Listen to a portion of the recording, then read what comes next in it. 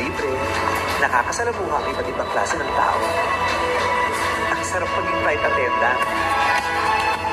Pero hindi ako yan. Isang simpleng OFW lang ako. Sige, ano ba? Isang breadwinner.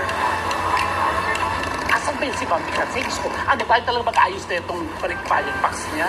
Mga bakla, mga bunganga nyo, ang lakas narinig ko kayo sa labas. Mamaya masita na naman tayo ni Wang. Saan ka ba galing? Hi, Mami!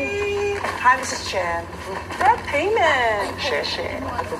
Ah, sis, ito na nga pa na hinarap ko sa'yo. Nakalabas na si baby sa ospital. Salamat, ah. Salugot. Salamat sa Diyos. Agi, ano yan? Pinakyaw mo lahat ng paninda sa King 11? Hindi, mga paninda ko yung iba. Kumain ka na ba? Nag-adobo ako dyan. Wow.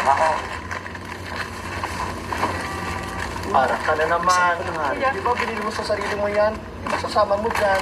Eh, ang dami ko pa namang bray. At saka may 4 pa akong bago doon. Eh, 2 lang naman ang teddy ko.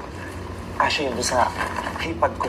Makahapot sa dyan. Kung sa imo, wala kang titira sa sarili mo. Hoy, ikaw, lamon ka na naman ng lamon ng chicharon. Mamaya yung pipi mo, ang taas-taas na naman. Di ko naman linulunok. Pinababad ko lang sa dila ko para lumambot. Eh, ba't di mo ito ibabad sa bunganga mo para lumambot lalo yung rattle shoes? Bakit hindi nag-iingat? Minsan lang naman, punong na.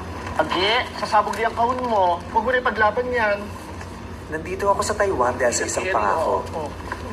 Bago mamatay si Papsi, Iwan mo to. sinabi ko sa kanya, huwag na kang mag-alala.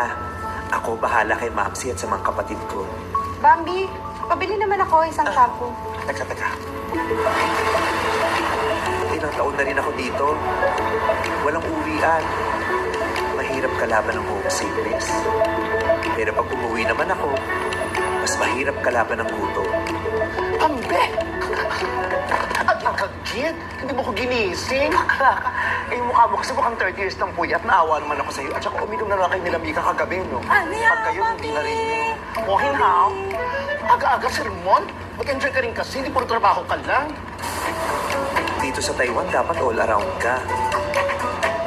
Hindi ka pwedeng mamili ng trabaho kung gusto mong makaipon.